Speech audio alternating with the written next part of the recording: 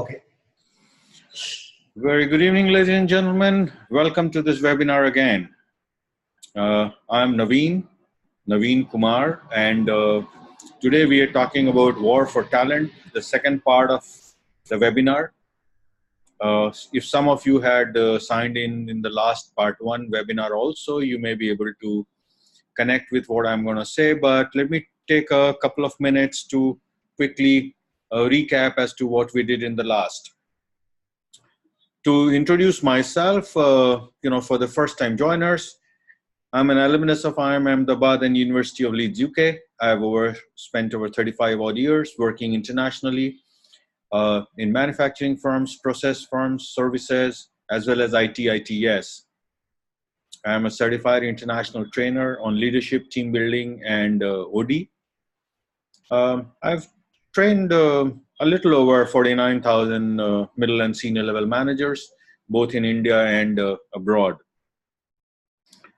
I'm currently involved in consulting in Delhi. I manage this Naveen and Naveen strategy consulting firm, which works around executive coaching, corporate strategy, organizational values and culture, existing business process audits and redesign, as well as alignment of organizational systems. I also teach management courses in and around Delhi in India.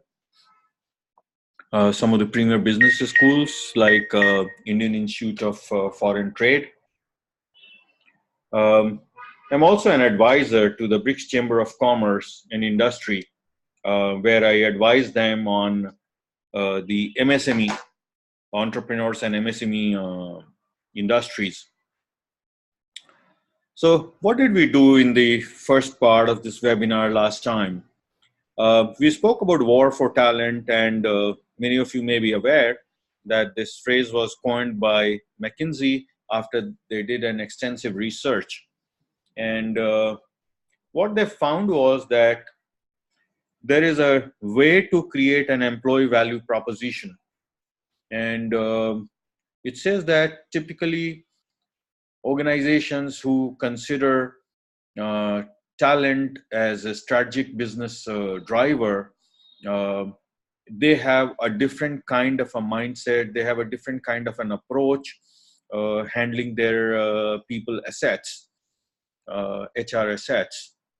And what it says is that talent mindset is defined in different ways, and it's a dynamic concept which says that you need to define talent standards, you need to audit your current talent standards, affect responsibilities, and also in a dynamic fashion keep assessing and evaluating your talent standards, and you continuously identify talent pool in a structured manner.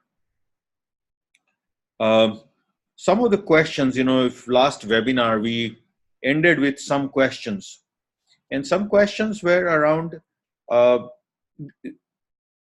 do you identify whether your organization has a talent mindset? And these were some of the questions that I had left open. These were some of the questions that I had requested the participants to think around. For some of you who joined, who could not join the first part of this webinar and are joining new, let me quickly reiterate some of these questions. And some of these questions, mind you, will help you understand whether your organization has a talent mindset or not.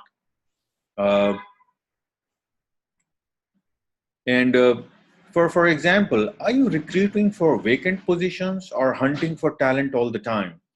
Have you identified your talent pools and prioritized them in a structured manner? Do you have an explicit and structured process for targeting passive candidates? And very often, this comes up in a scenario where social media hiring has become a buzzword, which means most of the organizations, I'm sure you have experienced, look for and talk about how they're exploiting the social media for their hiring. The challenge is that this does not necessarily give you access to the right kind of talent that your organization or your business requires, because most of the good people there are passive members. And how do you therefore encourage, if you're not able to excite and invite passive talent, then possibly social media is not the best way for you to recruit and hire people.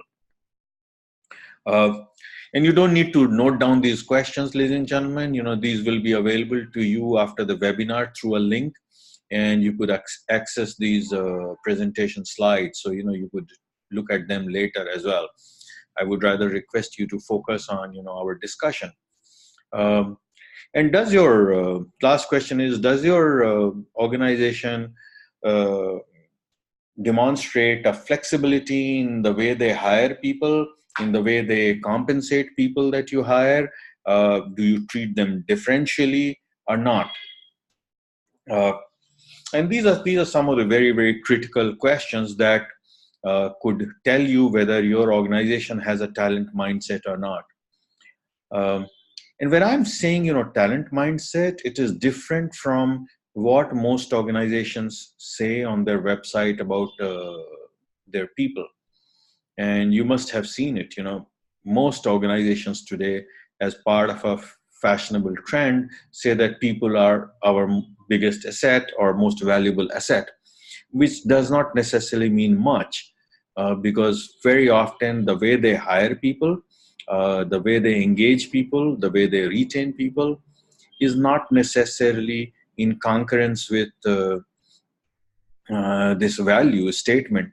And we will talk about this in a while when we're talking about, how do you create, what are the actions that suggest whether your organization has a talent mindset or not, and how could you develop a talent mindset. And I think some of those discussions may also encourage you to review some of your own processes and understand whether your organization has a talent mindset. Does your firm, for example, offer significant opportunities of growth to the right talent? And how do you define what is right? And how do you define what is significant opportunity? How do you define as to which person or what kind of person is making significant contribution to an organization? And are there some objective and or subjective measures? And who are the people who are measuring it? Are they trained to do it? Do they have the ability or competence to do this? Are they willing to do that? And are they doing it continuously, consistently, or is it just once in a while measure? So these are some of the questions which are very, very crucial when we are talking about war for talent, as well as when we are trying to understand whether we are going through, we have a talent mindset in our organization or not. I had mentioned, this as my closing comment in the first webinar, which is, a Hindi couplet, which says, "Har taraf har jagah beshumar aadmi, fir bhi tanhaiyon ka shikar aadmi." Roughly translated in Hindi, in English, for some of the participants here who do not understand Hindi necessarily, is it's a poetry which says that there are so many people everywhere that you look around yourself, but why is it that people are still complaining of loneliness? And I think this poetry beautiful summarizes what is a war for talent and what is a talent mindset. Do we really have a dearth of talent, or are we not looking the right way to identify and spot the talent? So agenda for this part of the webinar, ladies and gentlemen, is how do we create a talent mindset? And I think, this is important to understand because, cognitively, it is okay to, understand whatever we did in the first part, or, I briefly explained to you what we covered, to understand as to, whether there is a real war for talent or not, whether this is artificial and perceived war. do we have a talent mindset or not? And cognitively one could debate and talk about this and discuss about this. But at the end of the day, for each one of us, people like you, who are practitioners in organizations, and who maybe some of you may be also consulting organizations, how do you identify, what are the actions that will determine whether you are on top of this war or not? So, in the next few minutes time, I'll try and share my experiences and my thoughts around these actions. What can one do to understand as to how do we create a talent mindset?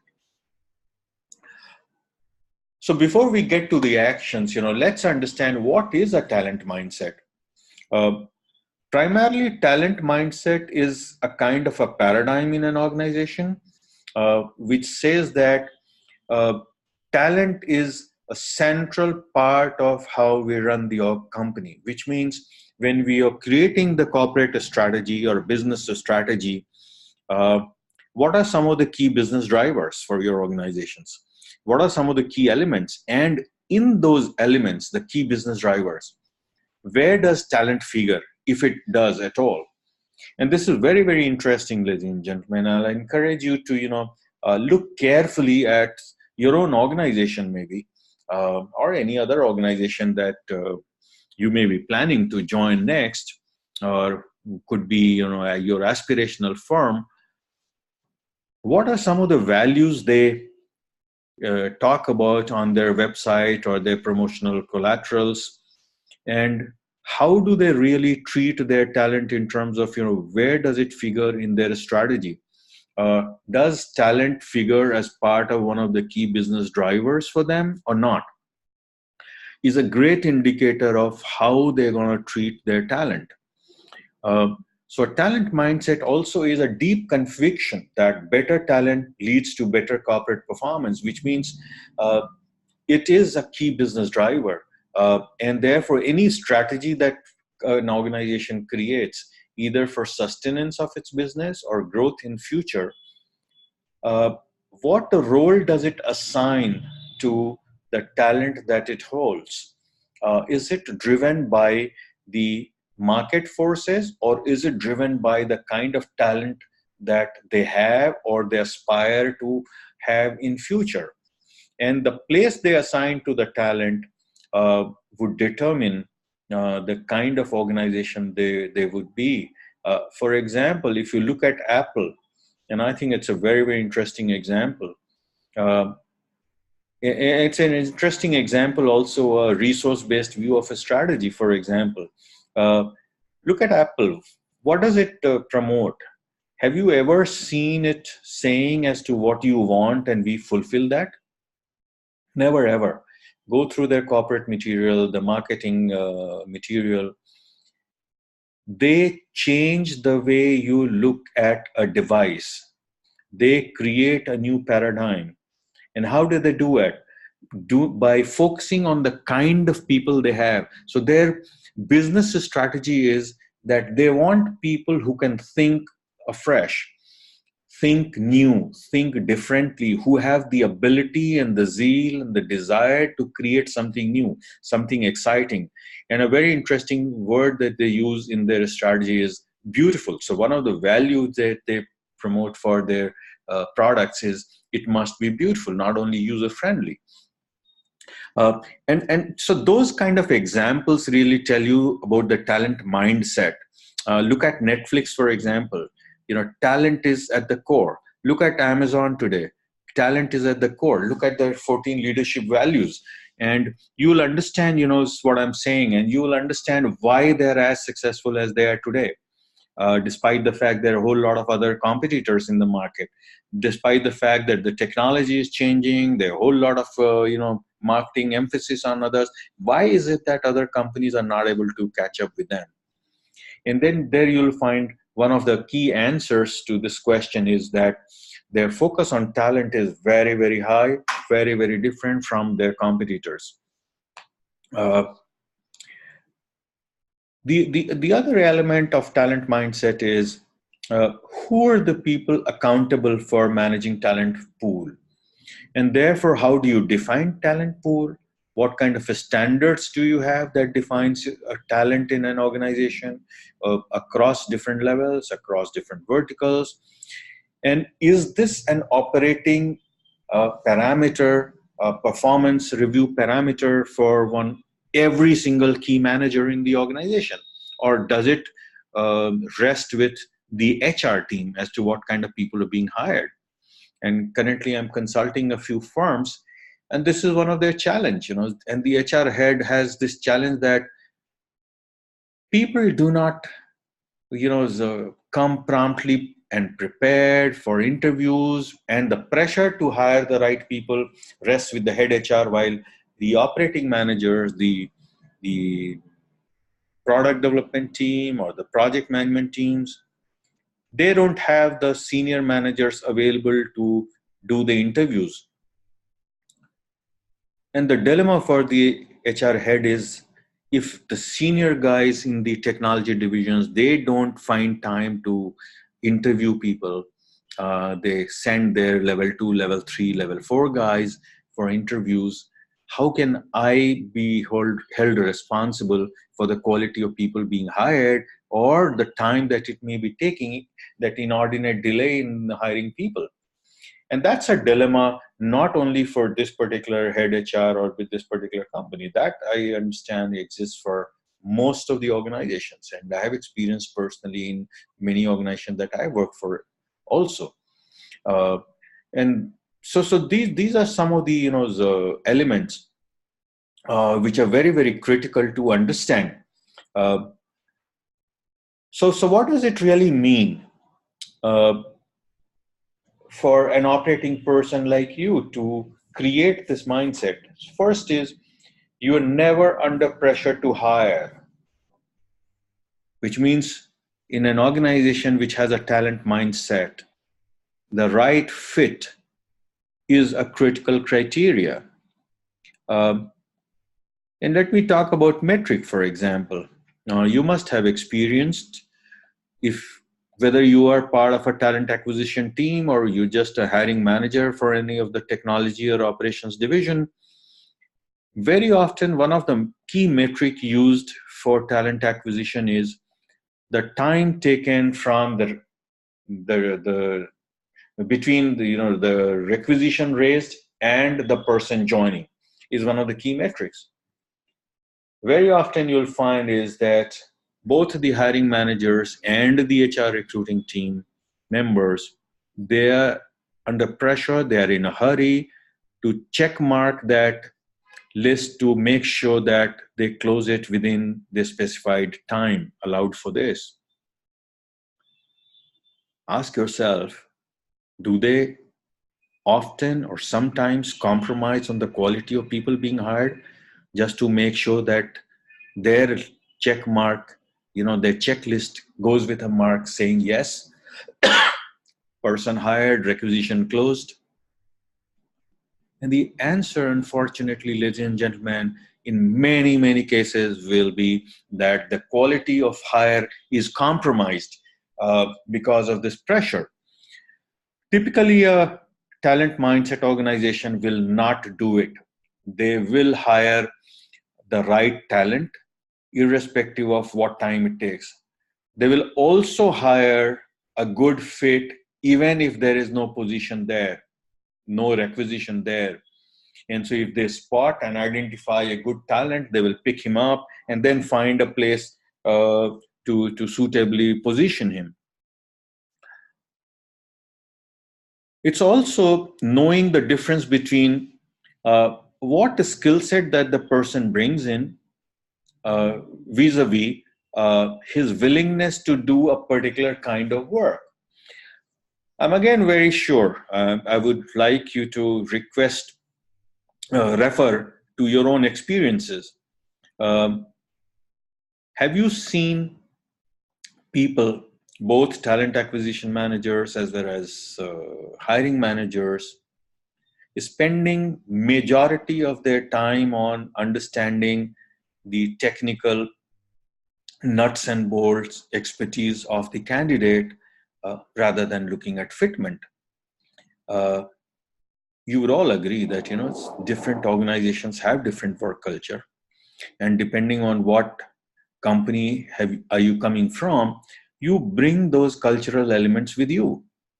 And the time that we take to set in a new organization is typically a time that we require to settle to align our values with the cultural values of the new organization. And so this is a more critical element than a technology. And my recommendation typically is that, if you hire a right fitment guy with even average intellect, teaching technology is not a difficult thing. An intelligent person would pick up any technology, and I would repeat this, any technology, in a couple of days to a couple of weeks' time. But if you don't have the right fitment, creating that right culture or value fit is going to be very, very challenging. And it takes a lot of energy of the organization and its managers to, create that alignment later.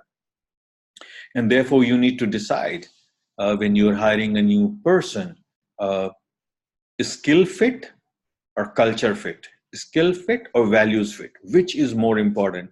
And I'm not suggesting that technical competence is not required, but which one gets more prominence is something important that we need to understand. uh, in an organization with a right talent mindset, people working there feel supported to do what is right. And there are two different things here. One is, how do we define the feeling of being supported? And the other is to define what is right for the organization. Who defines what is right for the organization? And how do we decide as to what is right for the organization? And we'll talk about that in the actions. This also means that everyone feels that they have a chance to do remarkable thing, to make a significant contribution. And this is what spurs extraordinary contribution from people, significant contribution from people. When they feel supported, when they feel they are in their elements, that the organization allows them to be in their elements, that's when they do innovative work. That's when they do really uh, a work that is a couple of notches above others. And so, what are some of the actions that we could take to win the war for talent and to create a talent mindset? And I have suggested, just a few here for our purpose of our discussion. This is not uh, an exhaustive list, but only an illustrative list. So you can, of course, think about other actions that you could take around this. But I'm sure, some of the actions that I'm going to talk about now will give you a fair idea as to what kind of actions you need to take for your own organization. And I'm sure, every organization needs to possibly create a different set of action, possibly different priorities on some of these actions. And so it needs to be customized. But let's look at some of the illustrative list of actions.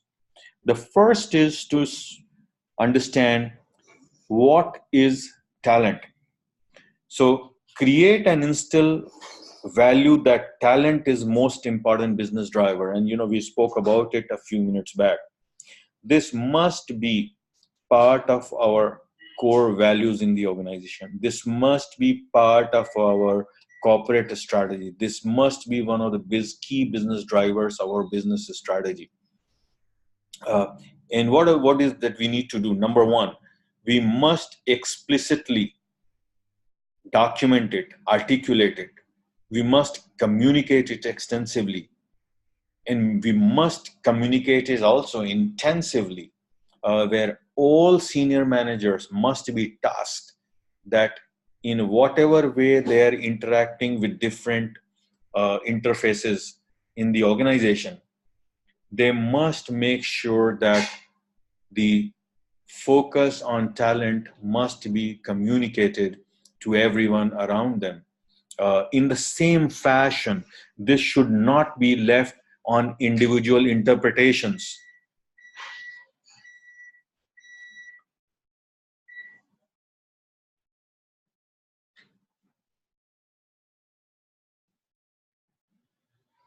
The second action that I'm suggesting is that we must also define as to what does talent mean for us. Uh, and this definition, I suggest, should be in behavioral terms. And what do I mean by this? What I mean by this is that if we were to identify a right talent under inverted commas, what will, how will this person behave? What will you typically find him doing? What will you typically find him saying? And those behavioral terms, its definition is very, very critical uh, to really set in a talent mindset. Because, you know, when you explain it or define it in behavioral terms, it serves huge purposes in terms of understanding. So people understand it the same way. People talk the same language as far as talent is concerned. And this brings in a uniform understanding across the board in the organization. So when people talk about talent in an organization, everyone, irrespective of what vertical or what level they are, they talk the same language. And therefore, it's important to convert this definition in behavioral terms.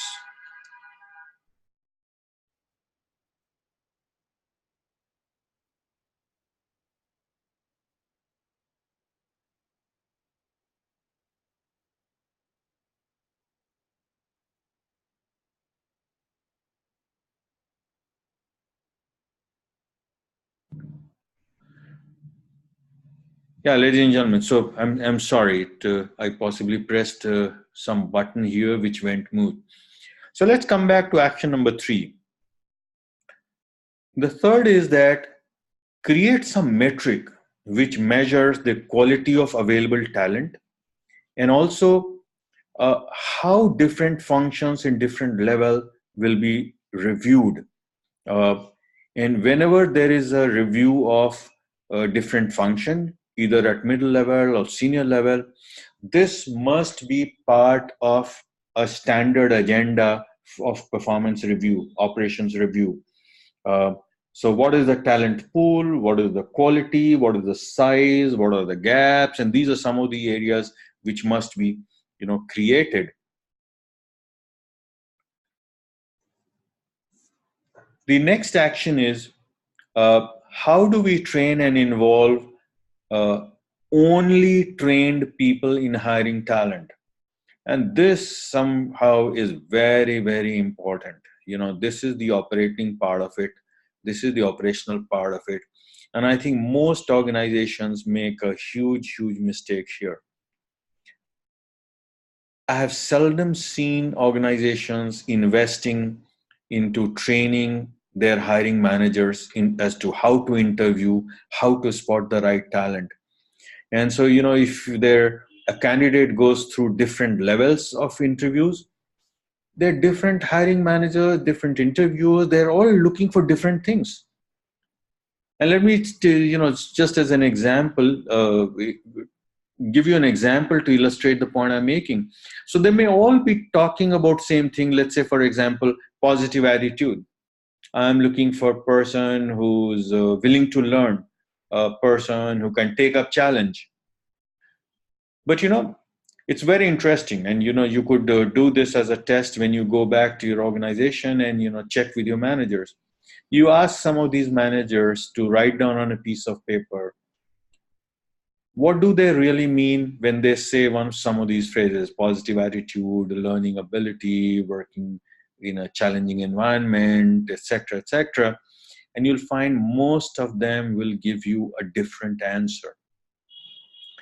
And that's where I say the challenge rests. If different people mean different thing when they say use the same word, they're of course going to use different yardsticks to assess that competence. And for therefore, different kinds of people will pass through that test with these different hiring managers. And therefore, training these people is very, very critical. And my recommendation always is that unless an interviewer is trained and train to a certain competency, you must not only train but also assess them at certain competency level. Unless they're there, do not allow them to go for interviewing candidates for your organizations, because a person who is not trained may reject a good talent and may pick up a wrong talent for your organization, for your business. And I think that's a huge harm both ways. In either case, the organization loses, the business loses. And this is therefore, ladies and gentlemen, is a very, very critical element. And your follow-up is that no hiring should be approved, or no hiring should be allowed in an organization unless the senior manager is participating. Senior management people are participating. So I'm not saying that senior management should possibly do the first round. I'm also not saying they should not. Why should you unnecessarily put somebody through 6 different levels of interviews if the first level is not a good enough filter? But look at yourself, so what kind of people and what level do you want to involve them? But senior management people must be involved in the hiring process. They must put their skin into this game. They must commit to the talent mindset. And these are some of the things, ladies and gentlemen, which create the right talent mindset. When they see their senior management people investing their time and energy into hiring the right kind of people, everyone gets serious about this business. And this is one sure way of demonstrating and demanding from others that talent is critical business driver for my business. And then, of course, do you have the right kind of systems and processes? Which not only help you hire the right kind of people, but also puts them in the right place, makes them feel welcome, makes them feel supported. And you remember I spoke about feeling supported. So what are you doing to help them feel that they're supported? Talent feels encouraged to do what is right to meet organizational objectives, even if it means making mistakes in the process. So, what are the criteria? How do you determine, who determines that a person is doing right? So the fundamental objectives of the business is what cannot be compromised. Fundamental values of the organization is what cannot be compromised. But in the process of doing something new, something significant, if a person fails, fair enough. So, look at the process, look at the intent, and that should determine whether the person needs to be supported or not. And this is the kind of culture which will promote innovation, which will promote, people trying to make contribution which is beyond the so-called call of duty. Otherwise, most of the organizations, I'm sure you have seen, suffer from a phenomena called, you tell me what to do and I'll deliver. And that's where, most of the middle senior level managers spend their time. They're telling their people what to do. And I think that's a very, very suboptimal use of competence in an organization. Organization must tell where they want to go, and how to get there should be left to the right kind of people who are really operating that task. And so does your organization allow this or not is very, very critical. And I guess this is the last one, that, periodically you must review how are you defining your talent. And this is what allows the whole talent mindset to be dynamic in nature. So, with growing or changing business requirements, your talent definition may also undergo change. Continuously, there should be a process to understand what are the talent gaps, both in terms of quality and numbers. What are the kind of things you are doing to engage talent? What is your talent strategy? Is it documented well? Is it articulated well? Is it explicitly shared with people across the organization? Who are the people tasked to operationalize it? How is it being done? And these are some of the things that must be reviewed at critical levels within organization across the board. So that, ladies and gentlemen, briefly are some of the actions. And as I said earlier, this is not an illustrative list. This is only an illustrative list, not an exhaustive list. And therefore, looking at the kind of organizations you are in, the kind of team that you have, you may also find some other actions which will help you fall in line. But some of the elements that I said earlier in terms of getting right kind of a talent mindset, if you ask some of these questions, do you have it or not? Those questions will also tell you as to whether you have this talent mindset in your organization, and if not, then what kind of actions may be required. So hopefully I have answered, and I want to close that with a statement that it's not that we do not have talented people available. The question is, as an organization, are we looking in the right direction? Number one. And number two, do we have the right kind of trained resources who are tasked with spotting and identifying these right talent for our organization or not? And I think these two are very, very critical elements, which I would request and recommend that each one of us must continuously think about, deliberate within our teams and organizations, and accordingly, in a dynamic fashion, create a talent strategy which works. And if we do some of these things or something similar, I'm very sure there are plenty of good people, good talent available all across us. So I would close with these, ladies and gentlemen, and I'm happy to answer any questions if you have. The presentations is going to be available, and a link will be shared with you where you could go and download it and refer to these slides later. You could also listen to the recording of the webinar later if you want to refresh your memories. And you can also possibly connect with us. You'll find all our contact details there, and you could send in your questions later also. Thank you very much for ladies and gentlemen for joining us and on this webinar. I appreciate and look forward to another set of webinars that we're planning in future. And if you leave your mail IDs here and contact details, my team will get in touch with you and announce you the calendar for the next month. Thank you very much.